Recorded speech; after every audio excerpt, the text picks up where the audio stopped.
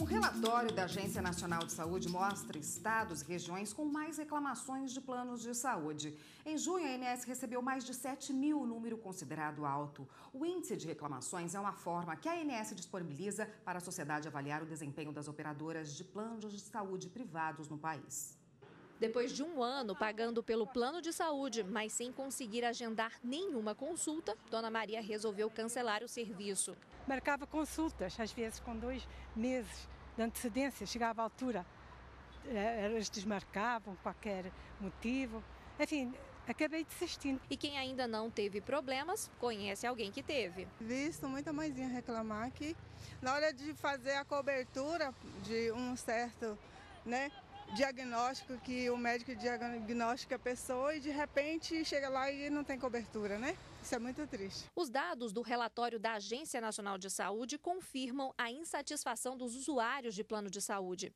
Em junho, foram registradas mais de 7 mil reclamações.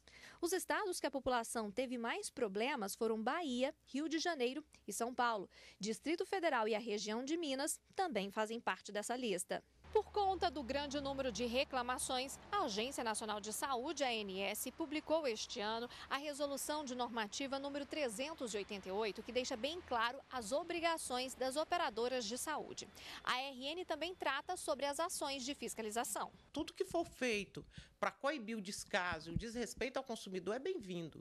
Então, a resolução, ela qualifica essa fiscalização, ela dá prazos para que as operadoras de plano de saúde resolvam os problemas e aumenta as penalidades. A advogada também explica que em situações de negativa de atendimento, a operadora de saúde deve explicar por escrito o motivo. As operadoras de plano de saúde, elas já são obrigadas pela RN a entregar por escrito essa negativa. Então, se eles vão negar o atendimento, eles têm que dizerem por escrito por que eles estão negando e onde está o fundamento para essa negativa. Isso facilita o ajuizamento da ação, inclusive, porque o consumidor vai ao judiciário já sabendo por que a operadora de plano de saúde está negando aquele atendimento. E quem está aqui para conversar com a gente sobre esse assunto tão recorrente é o advogado Frederico Minervino. Boa tarde, doutor. Boa tarde. Bom, doutor, não é raro que as pessoas tenham que recorrer à justiça para conseguir algum tipo de serviço, que algum tipo de serviço seja executado tanto na rede pública como na rede privada de saúde, não é? Infelizmente, é recorrente essa situação. É muito comum, infelizmente. E quais são os tipos, as demandas mais comuns que chegam ao judiciário? Determinadas cirurgias em caráter emergencial, falta de assistência dos planos que alegam que determinados procedimentos não são cobertos pelo segurado.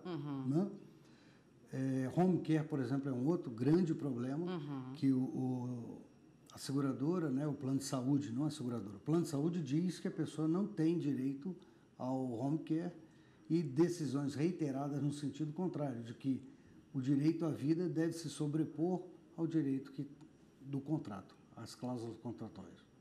Bom, vamos supor que a pessoa saiba o direito dela, Ela tenta fazer esse serviço, realizar esse serviço, tanto na rede pública como privada, precisa de um leito de UTI, não consegue, um remédio de alto custo não consegue, entra na justiça e consegue, como a gente viu aí na reportagem, consegue uma liminar, o juiz entende que ela tem o direito e por meio de liminar manda que esse serviço seja feito.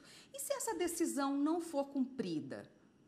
O que acontece? Normalmente as liminares elas são acompanhadas de uma multa conhecida como astraintes, que são multas diárias para o descumprimento, caso a seguradora, o plano de saúde não cumpra, ela está sujeita àquela multa diária, que é de livre-arbítrio do juiz, que dependendo da situação ele vai colocar cada vez maior essa multa para forçar o plano de saúde a cumprir. É a única forma de punição que uma empresa tem é essa da multa, se ela descumprir uma cláusula contratual? A princípio, sim.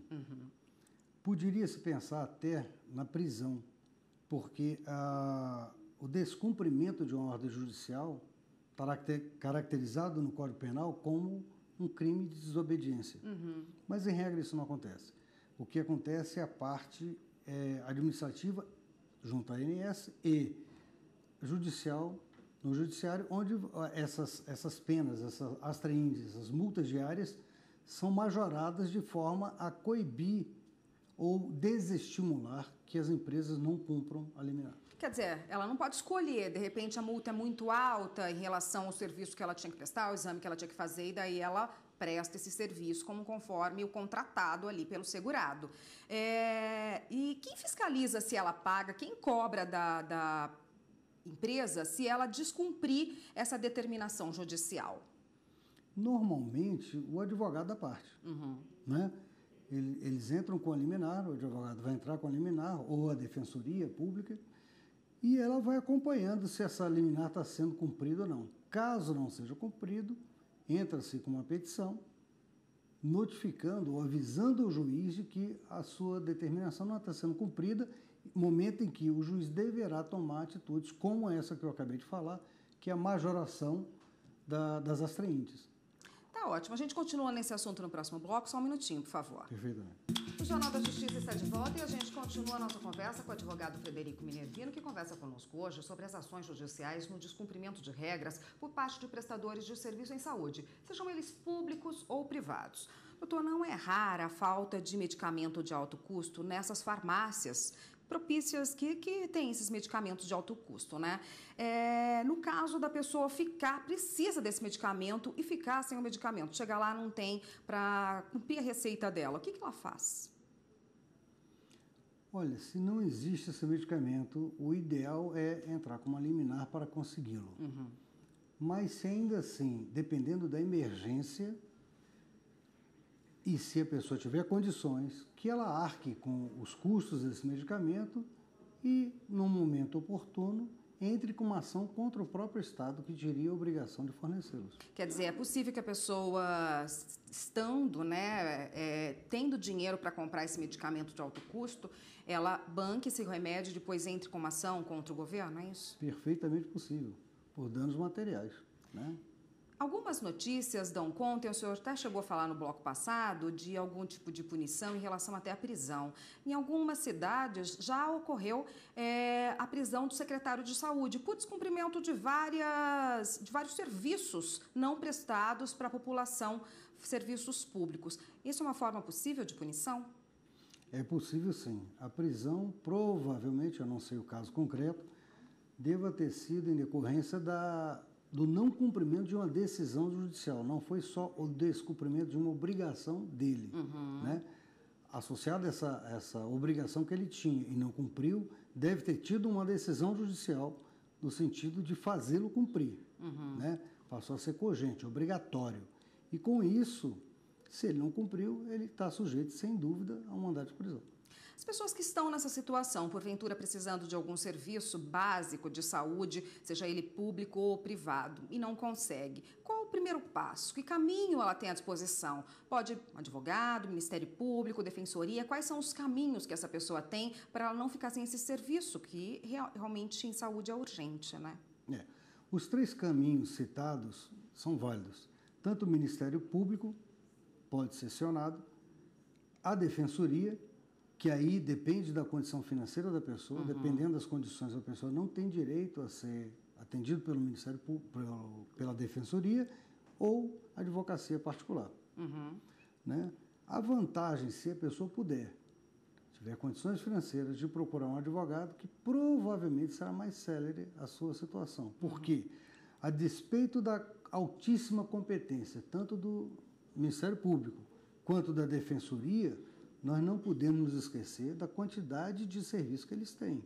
A demanda deles é muito grande, ao passo que um advogado particular certamente poderá dar uma assistência mais rápida, mais efetiva ao caso concreto. Agora, no caso da impossibilidade, o caminho seria o Ministério Público ou a Defensoria Pública. Tá ótimo. Muito obrigada, doutor. Obrigada pela participação. Eu conversei com o Frederico Minervino, que conversou com a gente hoje a respeito dos problemas na saúde e como resolvê-los. Obrigada. Até uma próxima. Muito obrigado a você.